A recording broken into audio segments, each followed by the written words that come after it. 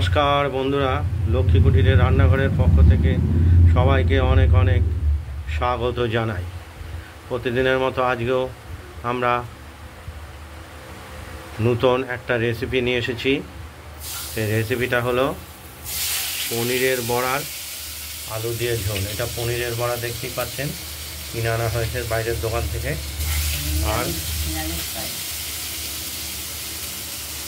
আর কড়াইতে তেল গরম করে তাতে শুকনো লঙ্কা আর তেজপাতা ফোড়ন দিয়ে আলুগুলোকে আমরা ভেজে নিচ্ছি। আর যেহেতু আজকে বৃহস্পতিবার, আজকে নিরামিষের দিন, আর এতে যে মশলাটা আমরা ব্যবহার করব সেই মশলাটাও বেটে রেখেছি বাটিতে তুলে নিয়েছি। এতে স্বাদ মতো হলুদ দেব, নুন দেব, মশলাটা বেটে নিয়েছি তো হলুদও দিয়ে দিলাম। আলুগুলো একটু লাল করে ভেজে নেব।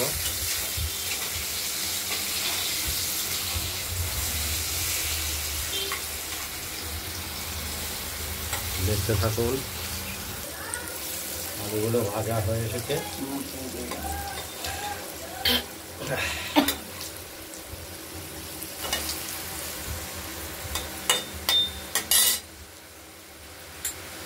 এরপর বেটে রাখা মশলাটা, এতে জিরে, লঙ্কা, আদা, কাঁচা লঙ্কা ব্যবহার করা হয়েছে, আর হলুদ।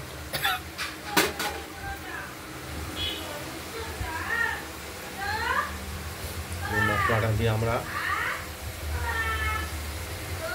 কষিয়ে নেব।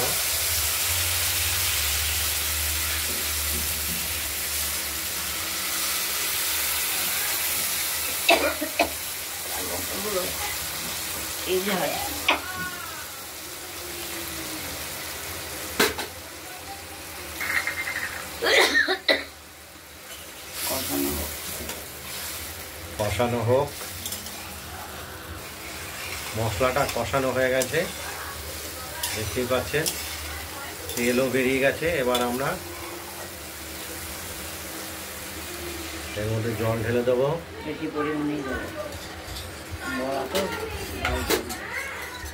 একটু জল আমাদের বেশি দিতে হবে।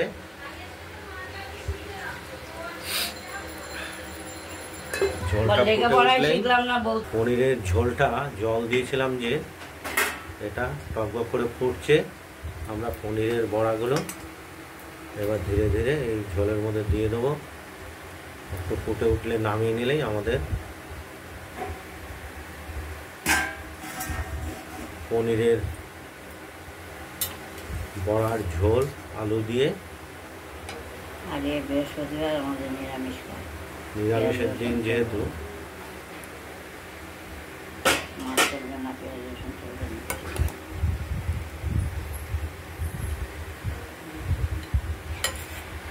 আমরা এতে সামান্য মিষ্টিও ব্যবহার করেছি, না হলে টেস্ট আসবে না।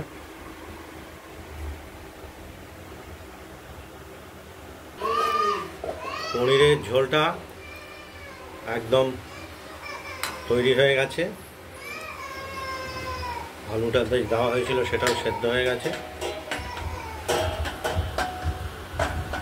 এবার আমরা এটা নামিয়ে ফেলবো।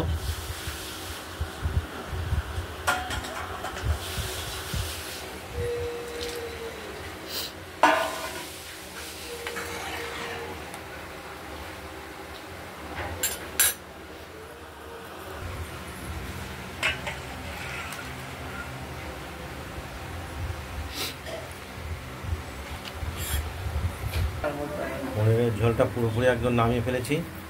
এই বড়াগুলো আর কিছুক্ষণ ভিজলে একদম রস টেনে যখন নেবে একদম খুব সফট হয়ে যাবে। আপনারা বাড়িতে এরকম পনিরের বড়া কিনে এনে ট্রাই করে দেখতে পারেন। দেখে আমাদের একটা কমেন্টস করবেন। আর আমাদের এই লক্ষ্মী কুটিরের চ্যানেলটাকে লাইক, শেয়ার অ্যান্ড সাবস্ক্রাইব করে রাখবেন। আজ এই পর্যন্তই। টাটা।